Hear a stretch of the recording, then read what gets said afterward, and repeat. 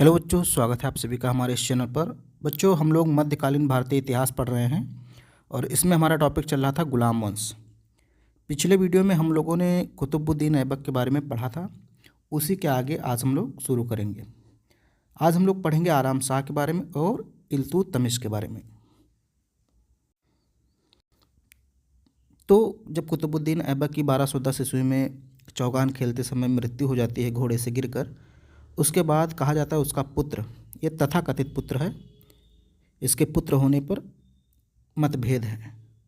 तो कहा जाता है आराम शाह कुतुबुद्दीन ऐबक का पुत्र था और ये 1210 ईस्वी में शासक बनता है।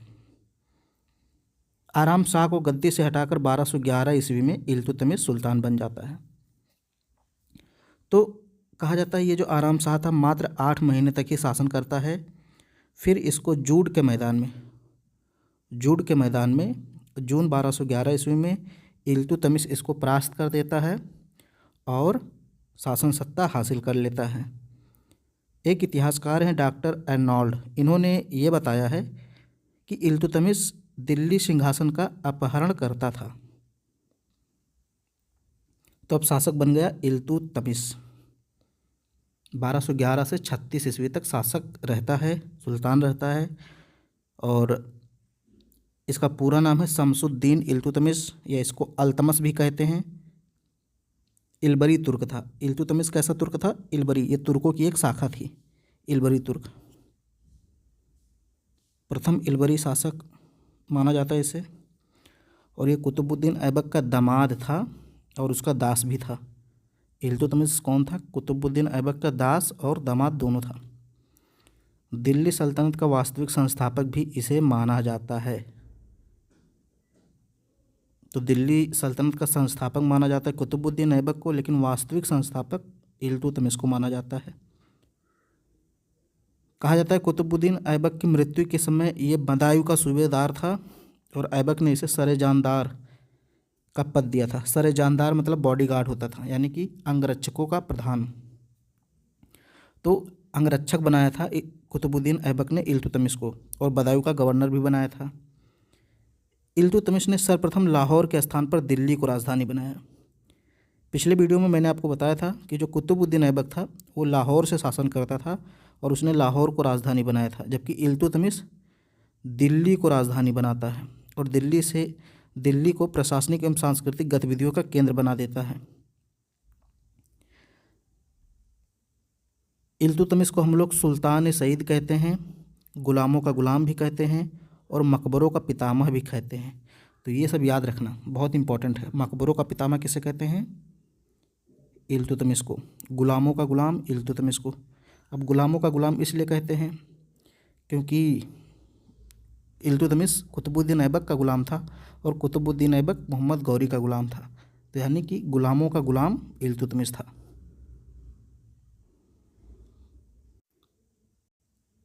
अब जब सुल्तान बन जाता है इल्तुतमिश तो इसके आगे कई समस्याएं थीं, कई प्रतिद्वंदी थे जो इसको लगातार चुनौती दे रहे थे।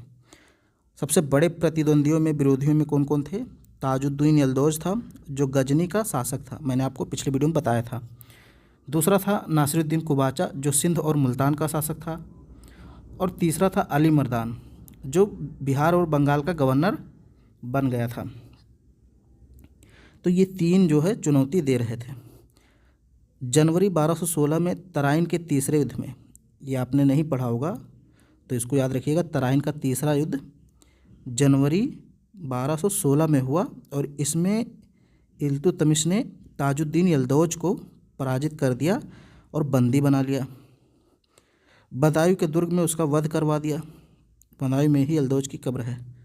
तो याद रखिए, पहला जो प्रतिद्वंदी था यल्दौज, इसका काम तमाम हुआ। ये गजनी का शासक था और बार बार ये दिल्ली को अपने अधीन करने की कोशिश करता रहता था। गजनी से ही अपना धावा स्थापित करने का प्रयास करता रहता था, अपना अधिकार स्थापित करने का प्रयास करता रहता था। तो इल्तुतमिश ने सबसे पहले यल्दौज को हटाया। फिर 1227-28 में नासिरुद्दीन कुबाचा को भी पराजित कर दिया और मुल्तान व सिंध को जीत लिया। कहा जाता है कुबाचा सिंध नदी में डूबकर मर गया। सिंध अभियान में ही मिन्हाज सिराज इल्तुतमिश को मिला था। ये मिन्हाज सिराज याद रखना इल्तुतमिश के समय का इतिहासकार है और ये सिंध अभियान के समय ही इल्तुतमिश को मिला था। और यहाँ पर आप देख सकते हैं कुबाचा मर गया। प्रशासन और मंगोल खतरा। अब थोड़ा सा यहाँ फैक्ट आपको रटना पड़ेगा सारी चीज़ें। कुतबी एवं मुइज्जी सरदारों के विरोध के कारण इल्तुतमिश ने अपने चालीसा वफादार तुर्क गुलामों का एक समूह तैयार किया जिसे चालीसा या तुर्कान चहलगानी कहते हैं। अब यहाँ समझिए तुर्कान चहलगानी क्या है। चूँकि लगातार सुल्तान के खिलाफ षड्यंत्र रचे जा रहे थे, सुल्तान को गद्दी से हटाने की बात हो रही थी, तो इल्तुतमिश ने क्या किया, इन षड्यंत्रकारियों से बचने के लिए 40 लोगों का 40 व्यक्तियों का एक दल बनाया। इसमें 40 अमीर होते थे। अमीर यानी कि जो सुल्तान के सहयोगी होते थे उनको अमीर बोला जाता है। अभी इतना ही जानिए, बाकी आगे हम लोग बात करेंगे। तो इसमें 40 लोग होते थे, 40 अमीर होते थे और ये इल्तुतमिश के बहुत ही विश्वास पात्र होते थे, यानी इल्तुतमिश इन पे बहुत ज़्यादा विश्वास करता था। तो इन्हीं 40 लोगों के समूह को तुर्कान चहलगानी या चालीसा दल कहा गया। और इनका काम क्या होता था, ये एक तो सुल्तान की मदद करते थे, सहायता करते थे और साथ ही साथ विद्रोहियों पर लगाम रखते थे, षड्यंत्रकारियों की खबर सुल्तान को पहुंचाते थे।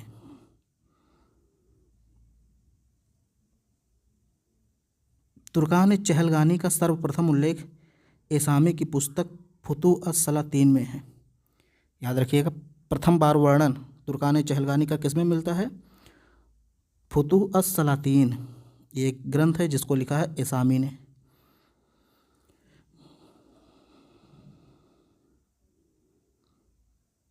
इल्तुतमिश ने 1221 ईस्वी में नवोदित दिल्ली सल्तनत को, नवोदित मतलब नया नया जो दिल्ली सल्तनत अभी बना है, इस पर मंगोल आक्रमण होने वाला था और 1221 में मंगोल आक्रमण से इसने बचा लिया जब चंगेज़ खां ख्वारिज़्म के शाह जलालुद्दीन मांगबरनी का पीछा करते हुए सिंधु नदी तक आ गया था। इल्तुतमिश ने मांगबरनी के दूत याने मुल्क का वध करवा के मांगबरनी को शरण देने से मना कर दिया और बुद्धिमत्ता का परिचय दिया। अब समझ लीजिए हुआ क्या था। एक्चुअली ये जो ख्वारिज़्म यानी ईरान का एक शासक था, जलालुद्दीन मांगबरनी ईरान का शासक था। कहा जाता है इसका चंगेज़ खां की बेटी से प्रेम प्रसंग चल रहा था। जब चंगेज़ खां को पता चला तो उसने जलालुद्दीन मांगबरनी को खदेड़ दिया और जलालुद्दीन मांगबरनी भागता हुआ आता है सिंध में और इल्तुतमिश के पास एक दूत भेजता है यानी मुल्क को, और इल्तुतमिश से शरण मांगता है कि मुझे भारत में शरण दो, मेरा पीछा चंगेज़ खां कर रहा है मंगोल आक्रमणकारी। लेकिन इल्तुतमिश उनको शरण नहीं देता है और यानी मुल्क का वध करवा देता है, शरण देने से मना कर देता है। इस प्रकार इल्तुतमिश ने अपने साम्राज्य को मंगोल आक्रमण से बचा लिया, क्योंकि अगर इल्तुतमिश जलालुद्दीन मांगबरनी को भारत में शरण दे देता तो चंगेज़ खां भी, या जो मंगोल था चंगेज़ खां, वो भी पीछा करते करते भारत पे आता और आक्रमण करता। तो इस प्रकार कहा जाता है इल्तुतमिश ने बहुत ही बुद्धिमानी का प्रयोग किया था और ये बात है 1221 ईस्वी की। चंगेज़ खां के बारे में बात करें तो इसका मूल नाम तिमुचिन था। वह अपने को ईश्वर का अभिशाप यानी खुदा का कहर कहने में गर्व अनुभव करता था और चंगेज़ खां का जीवनीकार जुबैनी था। तो चंगेज़ खां अपने को क्या कहता था, खुदा का कहर यानी कि ईश्वर का अभिशाप कहता था।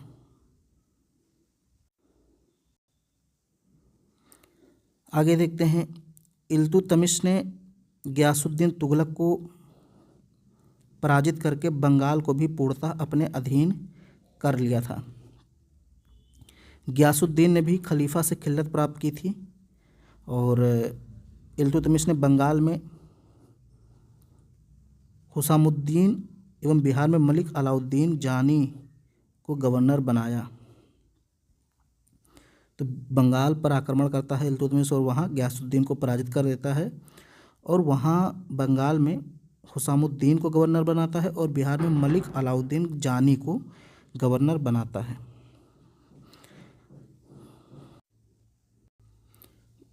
1229 ईस्वी में बगदाद के अब्बासी खलीफा अल मुंतसिर बिल्लाह मंसूर से धार्मिक एवं राजनीतिक मान्यता का अधिकार प्राप्त किया व उसके नाम से सिक्के चलवाए। तो इसने जो है एक कहते हैं जो उसमें प्रमुख होता था इस्लामिक साम्राज्य का, वो खलीफा ही होता था। तो जितने भी सुल्तान होते थे उनको कहीं ना कहीं खलीफा से स्वीकृति प्राप्त करनी होती थी अपने पद की। तो इल्तुतमिश ने 1229 ईस्वी में अल मुंतसिर बिल्लाह, ये खलीफा थे, इनसे स्वीकृति प्राप्त की अपने पद की और फिर इसे हिंदुस्तान का सुल्तान कहा गया और इसने नासिर अमीर उल मोमिनीन की उपाधि धारण की। मिन्हाजुद्दीन सिराज एक इतिहासकार हैं, इन्होंने तबकात नासरी में लिखा है कि इस्लाम की राजधानी बगदाद से भेजे गए वस्त्र, आभूषण और उपहार को सुल्तान उसके पुत्र अमीरों आदि ने ग्रहण किया। यानी कि खलीफा ने इल्तुतमिश और उसके पुत्रों को बहुत सारी चीज़ें भेजी थी उपहार के रूप में, जैसे वस्त्र भेजा था, आभूषण, ये सब सुल्तान को प्राप्त हुआ, पुत्रों को प्राप्त हुआ और अमीरों को प्राप्त हुआ। यानी कि कहीं ना कहीं इल्तुतमिश को उसके पद की स्वीकृति मिल गई और इल्तुतमिश दिल्ली का प्रथम सुल्तान बना, दिल्ली सल्तनत का प्रथम वैधानिक और संप्रभुता संपन्न सुल्तान। वैधानिक का मतलब वैध सुल्तान। अगर खलीफा स्वीकृति नहीं देता है तो उसको अवैध सुल्तान कहेंगे, उसको इस्लामिक साम्राज्य से मान्यता जरूर लेनी पड़ती थी। तो याद रखिएगा, इल्तुतमिश ने 1229 ईस्वी में स्वीकृति प्राप्त की थी खलीफा से अपने पद की। सैन्य विस्तार की बात करते हैं तो 1226 में रणथंभौर को जीता था। इस समय रणथंभौर का शासक वीर नारायण था, चौहान वंश का शासक था वीर नारायण। तो 1226 में रणथंभौर को जीत लिया। जालोर के चौहान शासकों से भी अधीनता स्वीकार करवाई। बयाना, सांभर, अजमेर व नागौर को भी अपने साम्राज्य में मिला लिया। यहाँ पे मैप भी आप देख सकते हैं, यहाँ पे रणथंभौर है, नागौर है, अजमेर है, मेवाड़ है। अब एक प्रमुख युद्ध आपको याद रखना है 1227 में हुआ था, जिसको भूताला का युद्ध कहते हैं। इल्तुतमिश को मेवाड़ के शासक जैत्र सिंह ने पराजित किया था। भूताला के युद्ध में 1227 ईस्वी में इल्तुतमिश को किसने पराजित किया? मेवाड़ के शासक जैत्र सिंह ने। इसका वर्णन जय सिंह सूरी का एक ग्रंथ है हमीर मद मर्दन में मिलता है। जय सिंह सूरी का एक ग्रंथ है हमीर मद मर्दन, इसमें यह वर्णन मिलता है कि भूताला के युद्ध में 1227 में मेवाड़ के शासक जैत्र सिंह ने इल्तुतमिश को पराजित किया। अवध में पृथु के विद्रोह का दमन किया और 1232 ईस्वी में ग्वालियर के मंगल देव को इल्तुतमिश ने पराजित किया था। तो ये तो इसके अभियान हो गए। अब शैक्षिक और प्रशासनिक सुधार इसके देख लेते हैं। तो कहा जाता है इल्तुतमिश का एक सबसे बड़ा पुत्र था नासिरुद्दीन महमूद। इसकी मृत्यु मंगोलों से लड़ते हुए 1229 ईस्वी में हो गई थी। नासिरुद्दीन महमूद की मृत्यु 1229 में हो गई थी, जो इल्तुतमिश का सबसे बड़ा पुत्र था। कैसे हुई थी? मंगोलों से लड़ते हुए। अब उसकी स्मृति में इल्तुतमिश ने मदरसा नासरी का दिल्ली में निर्माण करवाया, यानी एक मदरसे का निर्माण करवाया उसकी याद में दिल्ली में, जिसको मदरसा नासरी बोलते हैं। मिन्हाज सिराज मदरसा नासरी में शिक्षक था और रजिया सुल्तान ने मिन्हाज सिराज को वहाँ का प्राचार्य बनाया, यानी प्रधानाचार्य बनाया था। तो इल्तुतमिश के समय में मिन्हाज सिराज मदरसा नासरी का क्या था? शिक्षक था। बाद में जब रजिया सुल्तान बनती है शासक, तो वो मिन्हाज को वहाँ का प्राचार्य यानी प्रधानाचार्य बना देती है। अब एक क्वेश्चन बहुत इंपॉर्टेंट है, इल्तुतमिश ने इक्ता प्रणाली को विकसित किया था भारत में, ये कई बार पूछा जाता है। तो इक्ता प्रणाली की शुरुआत तो किसने की थी? शुरुआत की थी मोहम्मद गौरी ने, लेकिन उसको विकसित किसने किया? पूरे भारत में उसको लागू किसने किया? तो इल्तुतमिश ने किया था, यानी व्यवस्थित रूप दिया उसको। इक्ता स्थानांतरणीय भूभाग का राजस्व अभिन्यास था जो नगद वेतन के बदले दिया जाता था, यह वंशानुगत नहीं था। तो सबसे पहले जब इक्ता इल्तुतमिश ने लागू किया तो ये वंशानुगत नहीं था उस टाइम, और ये वेतन के बदले दिया जाता था, यानी जो अधिकारी होते थे उनको वेतन न दे करके भूमि का टुकड़ा दिया जाता था। भूमि का यानी एक क्षेत्र दिया जाता था और वहाँ की राजस्व आय, जो भी वहाँ का कलेक्शन होता था, टैक्स वगैरह, वो सब उस अधिकारी के अधीन होता था। तो ये इक्ता प्रणाली थी। इसमें नगद वेतन न दे करके अधिकारियों को भूभाग दिया जाता था और वहाँ से वो राजस्व अपना कलेक्ट करते थे। इल्तुतमिश ने मुद्रा व्यवस्था में भी सुधार किया और वह पहला तुर्क था जिसने शुद्ध अरबी के सिक्के चलवाए थे। सिक्कों पर टकसाल का नाम लिखवाने की परंपरा भी इल्तुतमिश ने शुरू की थी। इसको ज़रूर याद रखिए, जो सिक्के होते थे उस पर टकसाल का नाम लिखा होता था। टकसाल का मतलब जहाँ पे सिक्के बनते हैं उसको टकसाल कहते हैं। जैसे बम्बई में बनता है तो बम्बई हो गया। इल्तुतमिश ने चांदी का टंका चलवाया जो 175 ग्रेन का था और तांबे का जीतल चलवाया। याद रखिए, 2 इम्पोर्टेंट सिक्के चलवाए थे, चांदी का टंका, यहाँ पे आप देखिए चांदी का टंका है, और तांबे का जीतल, ये देखिए तांबे का जीतल। अंतिम वर्ष और वास्तुकला। तो इल्तुतमिश ने 1234-35 ईस्वी में भिलसा में हिंदू मंदिर को लूटा और मालवा में उज्जैन के महाकाल मंदिर को लूटा। तो भिलसा में और महाकाल के मंदिर को इसने लूटा था और विक्रमादित्य की मूर्ति को भी वो उठा लाया था, दिल्ली में स्थापित किया था। बामियान के शासक थे सैफुद्दीन हसन। इस पर आक्रमण हेतु बामियान जाते समय इल्तुतमिश बीमार पड़ा और दिल्ली लौट आया और 29 अप्रैल 1236 ईस्वी को इसकी मृत्यु हो गई। तो इसकी मृत्यु कब हुई? 29 अप्रैल 1236 को। किस अभियान पर जाते समय बीमार हुआ था? बामियान अभियान। इल्तुतमिश प्रथम सुल्तान था जिसने दोआब की आर्थिक क्षमता को समझा और इल्तुतमिश ने नागौर में अतारकिन का दरवाज़ा भी बनवाया था। यहाँ पे आप देखिए अतारकिन का दरवाज़ा भी राजस्थान नागौर में इल्तुतमिश ने बनवाया था। मदरसा मुय्यजी का निर्माण भी करवाया दिल्ली एवं बदायूं में। मदरसा मुय्यजी मतलब 2 मदरसे थे दिल्ली और बदायूं में, इसका भी निर्माण इल्तुतमिश ने करवाया था। बात करते हैं दरबारी संस्कृति और अधिकारियों की। तो इल्तुतमिश ने कहा था भारत अरब नहीं है। इल्तुतमिश ने क्या कहा? भारत अरब नहीं है, इसे दारुल इस्लाम में परिवर्तित करना व्यवहारिक रूप से संभव नहीं है। यानी कि इल्तुतमिश का मानना था कि हम भारत में हिंदुओं को पूरी तरीके से मुस्लिम में कन्वर्ट नहीं कर सकते, यानी पूरे हिंदू को मुसलमान बनाना संभव नहीं है क्योंकि ये अरब नहीं है, इसे दारुल इस्लाम में परिवर्तित करना व्यवहारिक रूप से संभव नहीं है। क्योंकि इसको पता था अगर हम इस्लाम धर्म में इन लोग को परिवर्तित करेंगे तो ये लोग विद्रोह कर देंगे। अधिकांश जनसंख्या तो भारत की 80% 90% हिंदू ही थी। इल्तुतमिश का आरिज़ मुमालिक इमादुल मुल्क था। अहमद अयाज आरिज़ मुमालिक। इल्तुतमिश ने दास की योग्यता से प्रभावित होकर रावत अर्ज की उपाधि से सम्मानित किया। बलबन के काल में भी उसे यह पद प्राप्त था। तो ये जो इमादुल मुल्क था, इमादुल मुल्क ये आरिज़ मुमालिक था, यानी कि ये सैन्य प्रमुख था, सेना प्रमुख था। आरिज़ मुमालिक मतलब सेना प्रमुख। इसको अहमद अयाज भी कहते हैं, इमादुल मुल्क को अहमद अयाज भी कहते हैं और ये आरिज़ मुमालिक के पद पे था। इल्तुतमिश का वजीर निज़ामुल मुल्क मोहम्मद जुनैदी था। इसको याद रखना, निज़ामुल मुल्क मोहम्मद जुनैदी ये इल्तुतमिश का प्रधानमंत्री था जो ताजिक था। ताजिक मतलब ताजिकिस्तान के आसपास के क्षेत्रों से आया था और ये तुर्क नहीं था। मलिक कुतुबुद्दीन हसन गौरी, फ़खरुल मुल्क निज़ामी जैसे योग्य व्यक्ति इल्तुतमिश के दरबार में थे। इल्तुतमिश ने मिन्हाज सिराज, मलिक ताजुद्दीन दबीर एवं अमीर खुसरो के पिता सैफुद्दीन को संरक्षण दिया था। तो ये सारे विद्वान इसके दरबार में रहते थे। याद रखना कौन कौन? मिन्हाजुद्दीन सिराज, मलिक ताजुद्दीन दबीर एवं अमीर खुसरो के पिता सैफुद्दीन। न्याय और फ़ारसी परंपराएं। इब्न बतूता लिखता है कि इल्तुतमिश के महल के सामने संगमरमर के 2 सिंह बने थे जिनके गले में घंटियां लगी थीं और जिन्हें खींचने पर फरियादी को तुरंत न्याय मिलता था।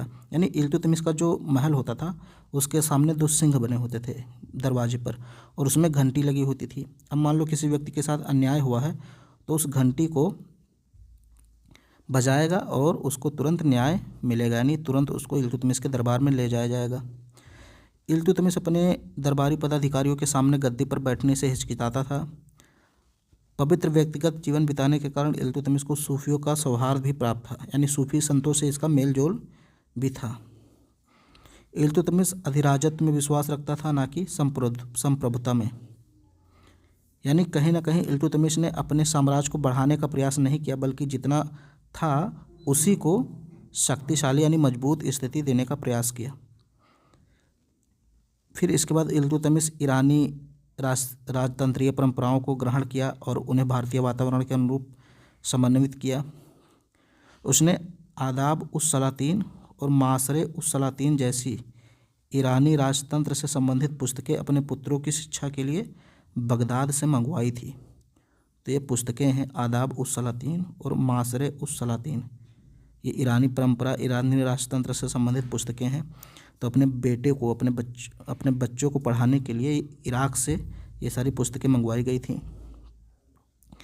फ़क्र मुदब्बिर ने इल्तुतमिश के काल में आदाब उल हर्ब नामक प्रथम भारतीय मुस्लिम ग्रंथ तैयार किया था। आर.पी. त्रिपाठी ने इल्तुतमिश को भारत में मुस्लिम राज्य का वास्तविक संस्थापक माना है। डॉक्टर ईश्वरी प्रसाद ने इल्तुतमिश को भारत में गुलाम वंश का वास्तविक संस्थापक माना है। तो अब दो चीज़ें यहाँ हैं। जो आर.पी. त्रिपाठी हैं ये कहते हैं कि इल्तुतमिश भारत में मुस्लिम साम्राज्य का वास्तविक संस्थापक था, और डॉक्टर ईश्वरी प्रसाद कहते हैं ये भारत में गुलाम वंश का वास्तविक संस्थापक था। तो दोनों याद रखना है। आर.पी. त्रिपाठी मुस्लिम राज्य का वास्तविक संस्थापक कहते हैं और ईश्वरी प्रसाद गुलाम वंश का वास्तविक संस्थापक कहते हैं। कहा जाता है इल्तुतमिश ने अपनी पुत्री रजिया को अपना उत्तराधिकारी चुना था और ग्वालियर विजय के बाद चांदी के टंके पर, यानी जो चांदी का सिक्का था उस पर रजिया का नाम भी अंकित करवाया। ये देखिए। तो चूँकि इल्तुतमिश के सारे पुत्र अयोग्य थे, इसीलिए इल्तुतमिश ने अपनी पुत्री रजिया को अपना उत्तराधिकारी नियुक्त किया था। और इसका साक्ष्य कहाँ से मिलता है, सबूत? तो जो सिक्के चलवाए थे उस पर रजिया का भी नाम अंकित था। इससे यह साबित होता है। अमीरों ने इल्तुतमिश की मृत्यु के बाद उसके एक अयोग्य पुत्र रुकनुद्दीन फिरोज शाह को गद्दी पर बैठाया। इल्तुतमिश ने सुल्तान के पद को वंशानुगत किया। रुकनुद्दीन के समय वास्तविक सत्ता उसकी मां शाह तुर्कान के हाथों में थी। तो वैसे तो इल्तुतमिश ने रजिया को उत्तराधिकारी नियुक्त किया था, लेकिन जब इल्तुतमिश की मृत्यु हुई तो जो अमीर वर्ग थे, सरदार थे, दरबारी थे, उन्होंने किसको बना दिया? रुकनुद्दीन फिरोज शाह को शासक बना दिया, जो कि अयोग्य पुत्र था इल्तुतमिश का, और इसकी मां शाह तुर्कान का इस पर नियंत्रण था पूरी तरीके से। रजिया का उदय और जन समर्थन। तुर्क सुल्तान जो शाह तुर्कान थी, रुकनुद्दीन फिरोज शाह की जो माँ थी, वो तानाशाह प्रवृत्ति की थी। इसके बावजूद भी उन्होंने विद्वान एवं पवित्र जनों को उपहार और दान दिया। कहा जाता है लोगों ने रुकनुद्दीन को अपदस्थ करके रजिया को सुल्तान बनाया। किसने बनाया? लोगों ने रुकनुद्दीन फिरोज शाह को अपदस्थ कर दिया और रजिया को सुल्तान बनाया।